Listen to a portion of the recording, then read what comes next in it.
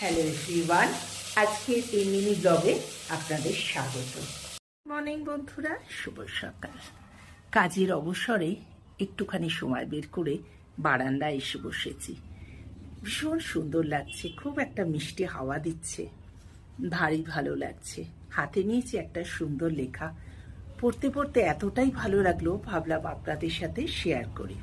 আমরা সেই জেনারেশন যারা সকালবেলায় প্রভাতী শুভেচ্ছা পাঠায়। আমরা এখনো সেই জেনারেশন যারা এখনো বন্ধু খুঁজি। আর আমরা সেই জেনারেশন যারা ভালোবাসার মানে বুঝি। আর আমরাই সেই জেনারেশন যারা বন্ধুত্ব কুড়াই। খুব সুন্দর লেখাটা না? কেমন লাগলো জানাবেন। টাটা। ছোটবেলায় অনেক রান্নাবাটি খেলেছি। সত্যি মেয়েদের এই খেলাটা যে পরবর্তী জীবনে একদম অ্যাপ্রোপ্রিয়েট বা 100% কারেক্ট এই খেলাটা আমাদের, সেটা আমরা বুঝতে পারি যখন বড় হয়ে যায়। তো চলুন রান্নাবাটির খেলায় লেগে যাই। চলে আসুন, দেখুন কি করেছি। আজকে বানাবো চিকেনের হালকা পাতলা একটা ঝোল। তাই জন্য আমি চিকেনটাকে ফ্রিজ থেকে বার করে আগে জলে ভিজিয়ে দিলাম।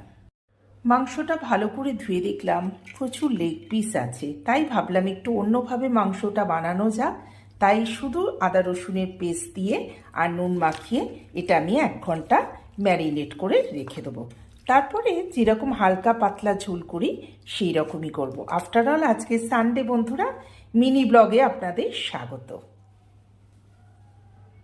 1 ঘন্টা ম্যারিনেট হয়ে যাওয়ার পর আমি এর ওপর দিয়ে দিলাম একটু শুকনো লঙ্কার গুঁড়ো, ভালো করে মাখিয়ে নিলাম। এবার চলুন, এই প্রেশারের মধ্যে আমি সব ভেজে নিয়েছি, নিয়ে প্রেশারের মধ্যে আমি একে একে সব ঢেলে দিলাম। ভালো করে নাড়াচাড়া করে এবার এতে জল দিয়ে বসিয়ে দেবো। হয়ে যাবে হালকা পাতলা চিকেন স্টু বলবো না, চিকেনের ঝোল। এবার এর ভেতর পরপর দিয়ে দিলাম ধনে জিরে গুঁড়ো, তেজপাতা, একটুখানি চিনি আর হলুদ গুঁড়ো। এই দিয়ে ভালো করে আমরা মাংসটাকে অনেকক্ষণ ধরে নাড়াচাড়া করব। এর ভেতর আমি পেঁয়াজ টমেটো অলরেডি ভাজা করতে দিয়ে দিয়েছি। ভীষণ একটা সুন্দর গন্ধ আসছে। হয়ে গেল আমার পাতলা চিকেনের ঝোল। যা দারুণ গন্ধ বেরিয়েছে না, কি বলবো, কালারটা ফাটাফাটি এসছে। শুভ দুপুর বন্ধুরা, লাঞ্চ শেষ হয়ে গেল। লাঞ্চ খেয়ে এবার চলে এসেছি শীতের এই যে মরশুমি ফল যেটা বলে কমলা লেবু।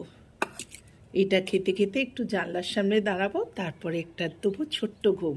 এখানেই রাখছি, টাটা। সাবস্ক্রাইব করতে ভুলবেন না বন্ধুরা। ভিডিওটা ভালো লাগলে অনেক অনেক করে লাইক করবেন, শেয়ার করবেন। আবার নেক্সট ব্লগে আপনাদের সাথে দেখা হচ্ছে। ততক্ষণ টাটা।